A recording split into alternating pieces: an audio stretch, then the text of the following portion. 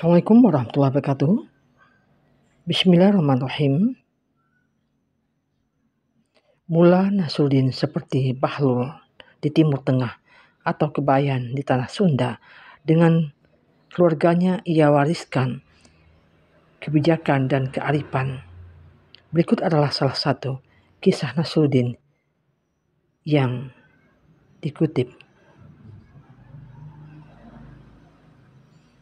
Alkisah para filosof, ahli ilmu mantik dan ahli hukum berkumpul di istana. Mereka bergabung untuk mengintegrasi Nasruddin. Karena Nasruddin telah dianggap sebagai sebuah kasus yang amat serius persoalannya. Nasruddin sering datang ke berbagai tempat dengan meneriakkan satu khutbah yang sama. Dalam khutbahnya itu ia menyebut orang-orang berilmu seperti para filosof sebagai mereka seperti orang yang kebingungan, tak bisa mengambil keputusan. Tentu saja ceramah Nasruddin itu dianggap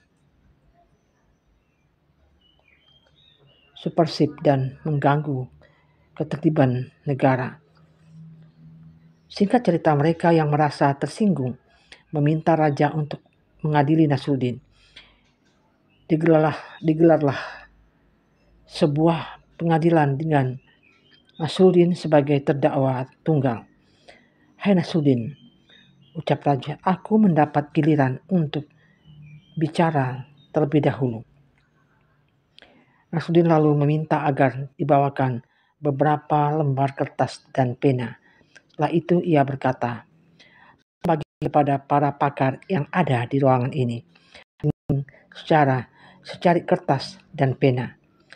Setelah setiap orang pakar mendapatkan kertas dan pena, Nasruddin berkata, "Aku mohon kepada setiap ahli untuk menuliskan di atas kertas itu jawaban untuk pertanyaan, apa yang dimaksud dengan roti?"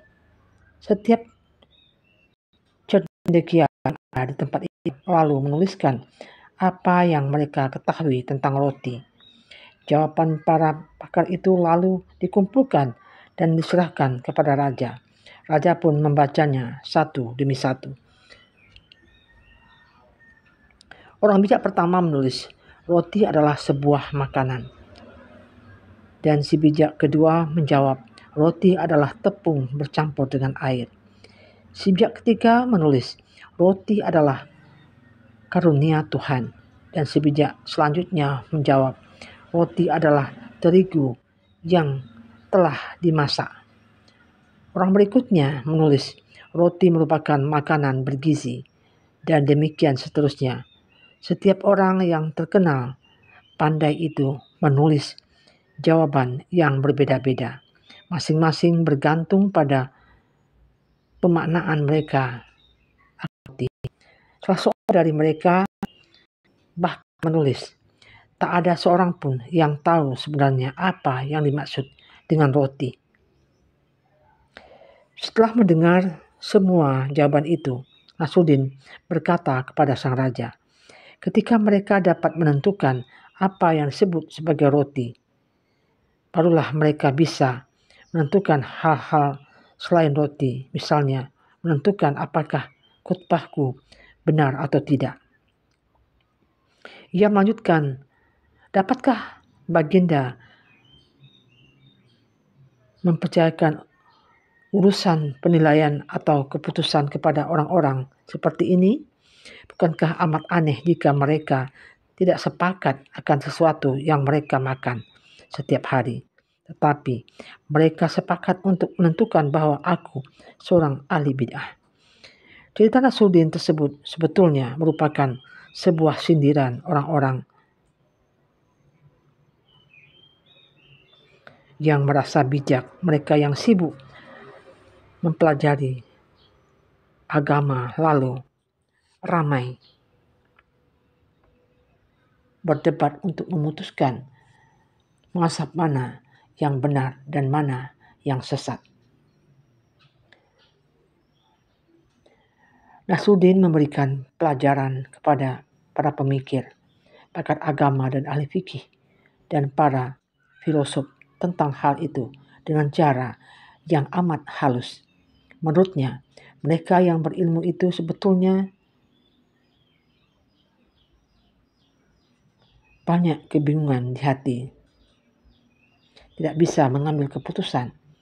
Bagaimana kita dapat mempercayakan penilaian tentang orang lain kepada orang-orang seperti itu, jika dalam urusan seperti roti saja mereka tak bisa mengambil keputusan?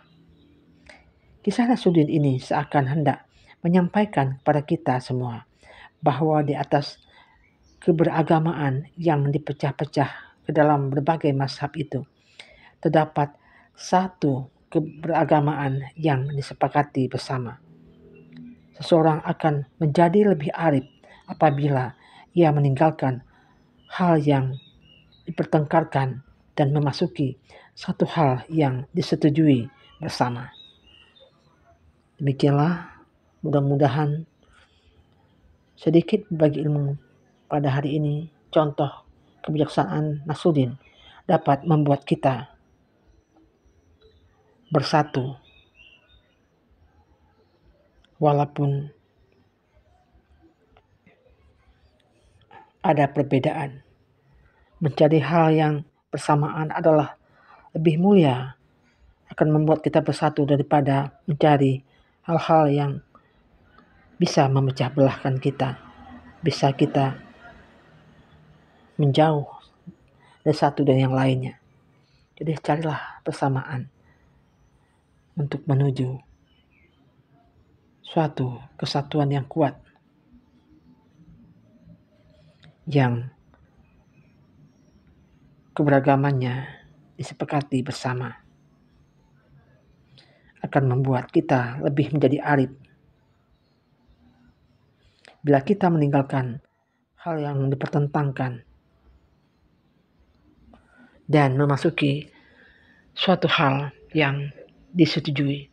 Oleh karena itu, Islam selalu menganjurkan kita untuk bersikap, selalu bermusyawarah dan bermufakat, mencari solusi yang lebih baik. Demikianlah, billahi taufiq wal hidayah. Assalamualaikum warahmatullahi wabarakatuh.